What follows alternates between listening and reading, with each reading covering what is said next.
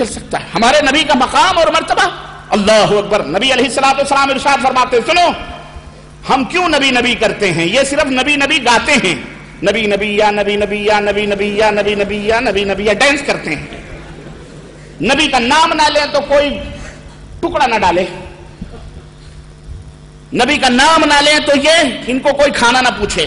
یہ نبی کے نام پر روٹیاں سینکتے ہیں. ہم نبی کے نام پر چندے نہیں کرتے. نبی کے نام پر روٹیاں نہیں سینکتے مولویوں. ہم لوگوں کو نبی کی باتوں کو ان کے سینوں کے اوپر تحریر کرتے ہیں. ہم لوگوں کو دعوت دیتے ہیں کہ صرف نبی نبی نبی نبی کرنے سے کام نہیں چلے گا. نبی نے جو کہا ہے وہ بھی مانو. محبت ہے محبت ہے محبت ہے محبت ہے. ٹھیک ہے محبت ہے لیکن محبت کا مطلب کیا ہے؟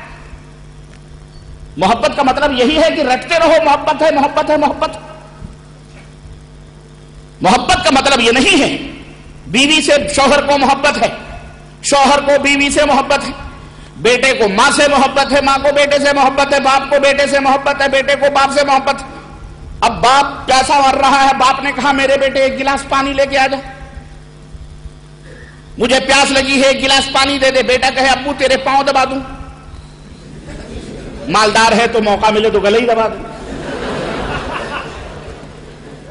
ہاں ہندوستان میں ایسے کیسز ہوتے ہیں کہ شراب پینے کے لیے پیسے مانگے باپ سے, باپ نے نہیں دیے, پٹک کے مار ڈالا اس کو. نیوز آئی ہے, خبر آئی ہے اخباروں میں. بے مروتی کا دور آ رہا ہے یہ.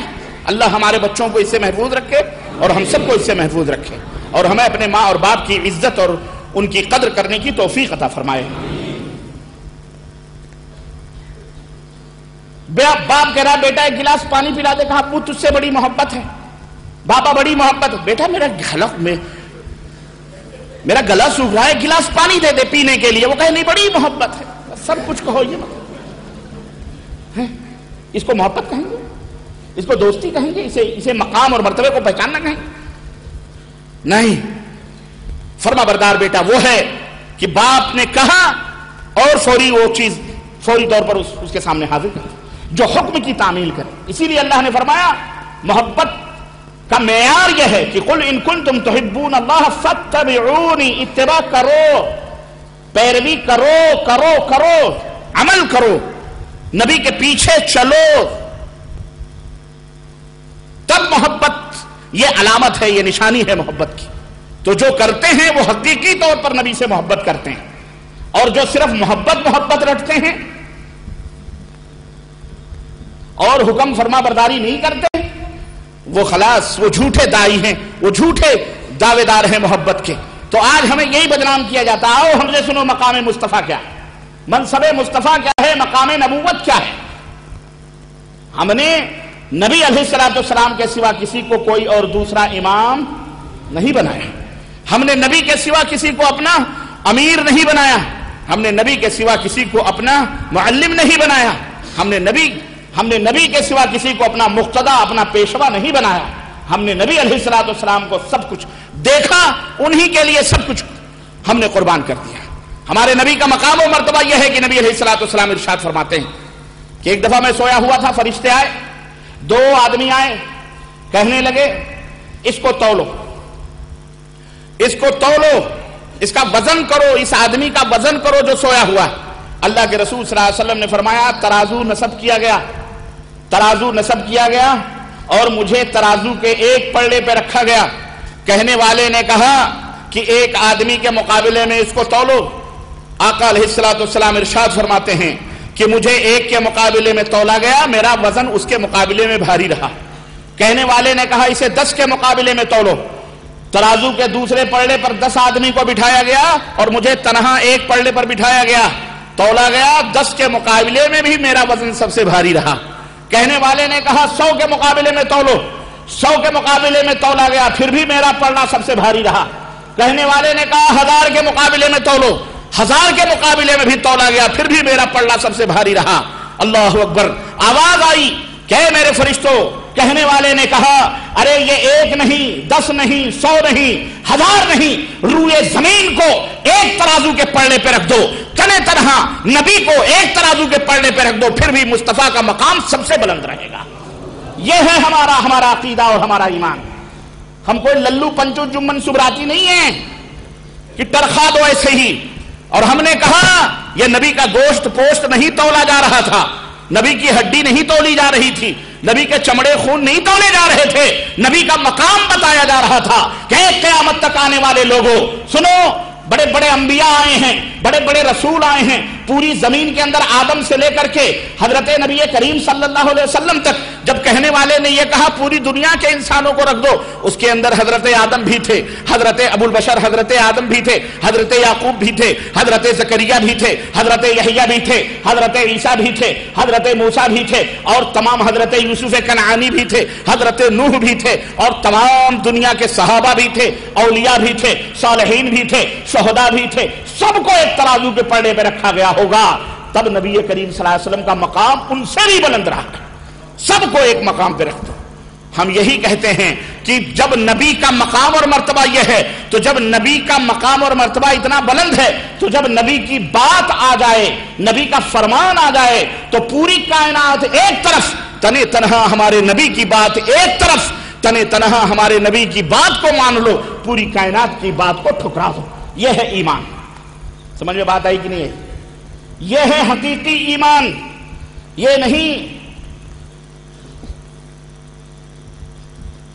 کہ بیوی کہے آپ بھی میرے شوہر ہیں, اب تو ماتھا ٹھنک جائے گا مولوی صاحب کا.